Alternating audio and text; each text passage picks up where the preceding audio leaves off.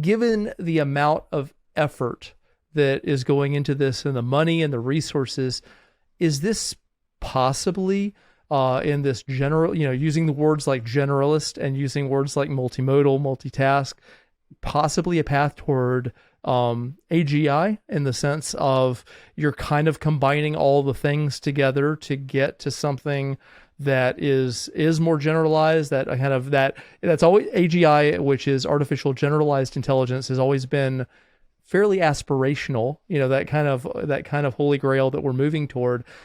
But this is where the focus, this is where the work is happening. So have you heard any speculation? I mean, is this where people think would be a productive pathway to get that way? Yeah, I mean, I guess I knew I threw you a variety of there's a whole variety of thoughts here. I think one thing to note is, like, typically how things have happened is, like, generally people have set a goal, like, when we're able to do this with AI, then we'll call it intelligent, or when we're able to do this, and you sort of keep hitting those, and then the goal line keeps moving out.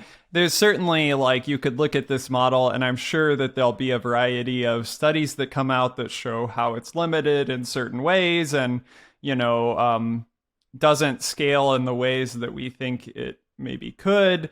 But it's a stepping stone to a variety of as have paths all forward. Yeah. I mean, as have all the models that we've talked about on this show in recent years as we've moved through them. Yeah. So I mean, I think it's certainly more general, definitely in terms of task and type of data. I think, kind of circling back to what we started the conversation with today around, like, multidisciplinary things, I think that this is general in the sense of the AI tasks that AI researchers have defined over time, right? Like, we've defined certain arbitrary tasks that are well defined in terms of a computer, and, like, like sentiment analysis is, like, a totally arbitrarily defined task for it corresponds to reality in some way, right?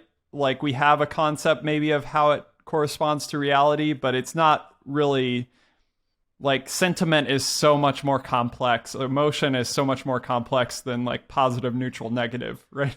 So I think that, like, that's the way I look at it, I guess, is this is general in terms of the types of problems that AI researchers have dug into over time, but that's only a very small amount of the complexity that's involved in the world.